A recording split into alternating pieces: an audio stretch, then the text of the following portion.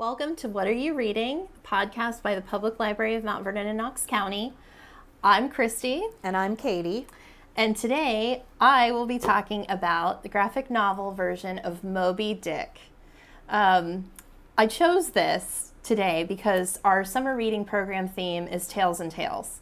And one of our shirts actually has a sperm whale on it. So I'm a sucker for a good theme. So I kind of had to do this. Mm-hmm. And I wanted to do something a little different. So that's why I chose the graphic novel. Yeah. Have you read the I hate to say real, but the complete Moby Dick before? Or what was your background in going into reading the graphic novel part? I did, but it was a long time ago. So I think I read it probably my junior year of high school. And I will date myself, I'm not afraid, which was around like 2000, 2001. So my memory of it is not the best. But I will say that in reading this graphic novel, which I think this is super important for visuals, I mean, this artwork is stunning. Yes. Like, it really is so beautiful. But I think that I wanted something to be a little bit more approachable to people, to get people kind of excited about summer reading. Something that might, looking at this, and this is this adorable version that Katie actually found earlier today that we have here at the library to check out. It is dense. Yeah, it's so dense. This version is over 750 pages, so it takes commitment to read a book that big. It really does. Yeah. And thinking about like taking an entire like summer in which I was obsessed with classics and thought, okay, I'm just going to read this. And I struggled through it. I won't lie, I struggled through it. I remember bits and pieces, which I think actually does help with this. So this graphic novel, illustrations are wonderful. I'll pick a couple other places so that you guys can kind of see what we're talking about here.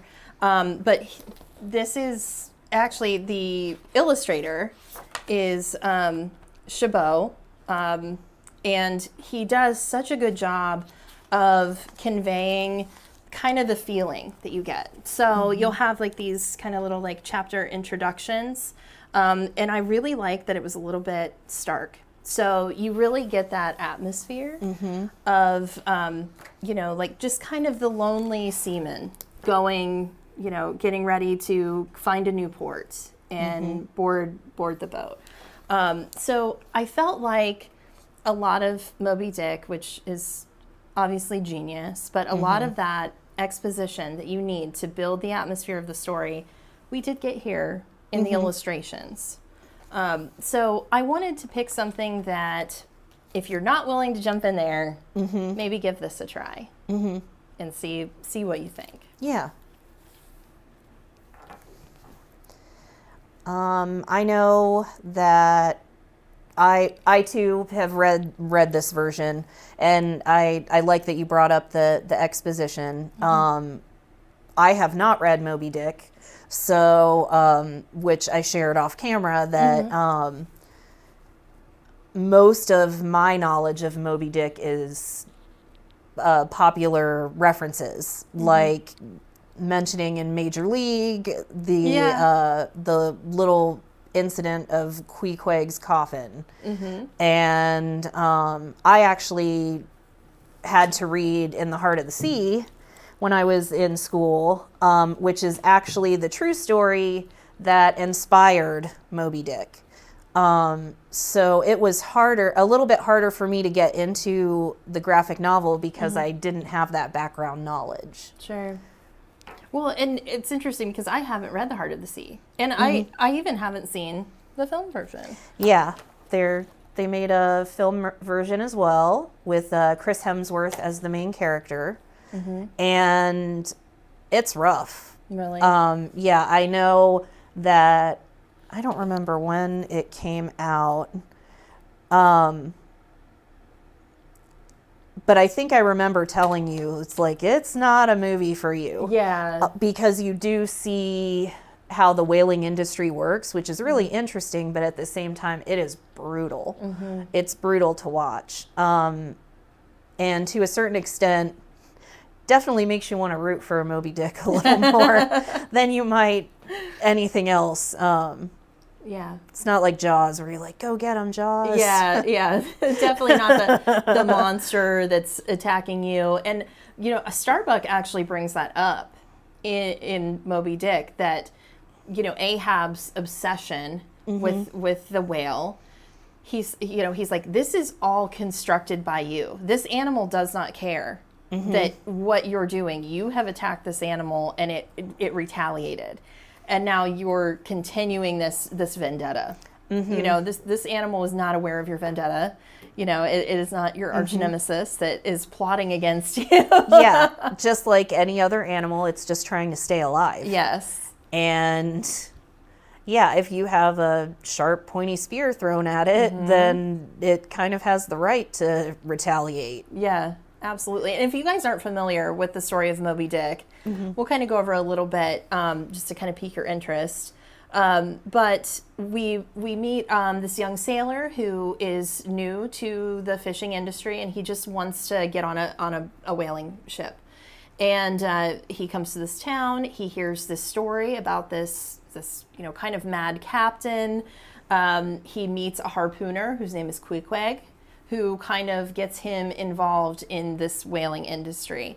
And he ends up on the ship of, I think Starbuck is kind of I forget what the term is for the person under the captain, but, he kind of onboards him. Later we meet Captain Ahab, who is running this whaling ship, which they're after spermaceti to, make all kinds of products for humans. So the whole point of this whaling ship is to go out and catch whales. But we soon find out that Captain Ahab's real purpose for this whaling expedition is to continue to track Moby Dick, a white whale that had previously escaped his clutches, and in doing so took his leg. So we follow this ship, we follow this young man who's on this adventure to hunt this whale and get vengeance for Ahab's missing limb. Yeah, and at the same time, it's a very serious book, but there was a little bit of comic relief in certain spots, especially for me with Queequeg. And why don't you talk a little bit about his brush with death? Oh, sure. So, which I can kind of, again, since it's a graphic novel, I definitely want y'all to see some of this, really cool artwork in here. But Queequeg, who is a harpooner, so he's very good at throwing a spear to try to, catch the whales to begin with. He is down in the bowels of the ship, and he is moving around barrels. He's trying to keep the barrels from leaking because the spermaceti is spilling out all over the ship, which is really when we find out that Ahab's real reason of running this expedition might not be for the money. But he's been down there for days and days. So this is actually one of the scenes. So Queequeg has been down there for so long in this mucky water mixed with, animal byproduct, and he begins to get very ill. He's got a severe fever. Ishmael, our main character, he comes down, finds him nearly delirious, and Queequeg begs for them not to bury him at sea. He doesn't want to be the body that's thrown into the water and eaten by sharks. So he asks them to construct a coffin for him. And of course, being on a ship, there is a carpenter on the ship who builds a coffin for him. So in doing so, they lay him down in the coffin, and don't want to really give away too much spoilers, but there's a pretty interesting scene that happens soon after where we find out the fate of Queequeg. But it is kind of a really interesting scene because this poor man is, absolutely delirious. The only thing he can think about is being eaten by sharks. That's a no-go for him. So Yeah. he's like, please build me a wooden coffin. Yeah. Do not put me out to sea. Yeah, not something that you would necessarily think about when you're close to death. And especially someone who is a harpooner that faces death every time they go out because they have to go out on their little tiny boat and go after a sperm whale that is one of the biggest animals on Earth. Mm-hmm. Absolutely. And being someone, I have a hard time with two things, animal violence and robot violence. Can't explain the robot thing, but the animal thing, I have a hard time. So this seemed like a really weird pick for me. But I felt like it was super important, and I also knew, a little spoiler alert, I knew the ending of this book. Mm-hmm. So I knew that whales would be injured in the making of this book. But I also knew how it ended, so I felt okay tackling it. And there was also, again, more beautiful artwork that kind of made it a little bit easier. Here we have our white whale, Moby Dick, which just this stark contrast of the white whale with this deep black sea was so striking. And you can see all of the harpoons and the lines that have been wrapped around him for years and years and years. Because he's being hunted by everyone. Anyone that knows the legend. He has attacked multiple ships that have tried to attack him. So, in the book, we meet other captains, one who's lost an arm to Moby Dick. So this poor whale has been through a lot. Yeah. To say the least. Yeah, absolutely. Yeah, and one of the things that I think Melville takes out, going back to the true story, is making Moby Dick seem more human, like in a way that Ahab humanizes him as well. Yeah. But in the Heart of the Sea, when you read the actual account, the whale does, it seems like the whale's going away. They weren't able to catch it, but then it actually comes back and busts their ship in half. Wow. So, then you have to ask that. It goes into that question of how aware animals are and do they have vengeance in their hearts, because this one came back and kind of that's sort of what happens in Moby Dick as well. Except they continue to pursue them, and in the Heart of the Sea they weren't able to because their boat got broken in half. So then it was survival mode for them. And I think, if I remember correctly, because I read this in the early aughts, it even attacks one of the smaller boats. Wow. Yeah. So. Oh my gosh. Well, yeah. I mean, that is a really good question. Like, how cognizant would the sperm whale, be, and is it truly vengeance? They come because in Moby Dick we, like the true story, we see that where it kind of seems like, at least visually, at the point where they have Moby Dick where they think they want him, they've positioned themselves between the whale and the main ship. And so when he attacks the smaller boat with the harpooners, he kind of just continues through his course. So, yeah, I mean, that's a great question. How cognizant are these animals? Melville did do an awesome job of making this, this fully fledged character out of this whale, who we do not get the inner monologue of, but we do feel like is cognizant enough to say, I'm going to take all of you out. Yeah. Like, this is enough. We've gone too far. Now you're all going to die. Yeah. We're going to end this once and for all. Yeah. Yeah. Like, I'm tired of you guys chasing me. Yeah. Yeah, and it does have that interesting question of who the monster is. Very much like Frankenstein would be. Is the doctor the monster, or is his creature the monster? Yeah. And is it Ahab, or is it, because to a certain extent he's got a reason to have a problem with Moby Dick. He had 4 limbs when he started, and now he has 3. Yeah, he has lost a limb. This is serious business. Full on peg leg. And this is really watching that descent into his madness, which we already get a feeling that he's a little off. But there is a scene that takes place between Ahab and Starbuck where we get the full extent of it. And Starbuck is saying, these barrels are leaking. We are losing all of our money. Like, our charter is going to be super upset because they already, at this point, early in their voyage, they get a whale.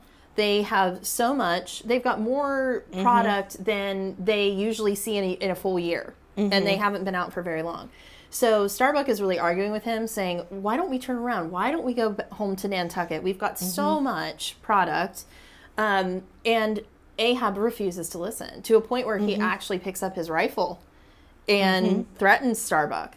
That, no, the point of this is the white whale. And these men did not board that ship to get the white whale. They boarded it to make money. So we have quite a journey there, right? Between Ahab's madness, Starbuck realizing the madness and thinking, how can I keep my men alive? And then the whale itself is another character. Yeah, and that's another parallel between the true story and Moby Dick. They did catch a whale right away and had plenty of spermaceti, but that quest they weren't going after a particular whale, but they had that quest to make as much money as they possibly could, rather than just turning around and not even cutting their losses, because they would have made money off of it. Yeah. But they wanted to make more. Wow. And if they hadn't made that decision, every single person would have made it home. Yeah. Oh my gosh. Yeah. See, I need to read this. This has got me excited about that. Yeah, it's really interesting, and it does go into a lot of detail about how spermaceti is harvested,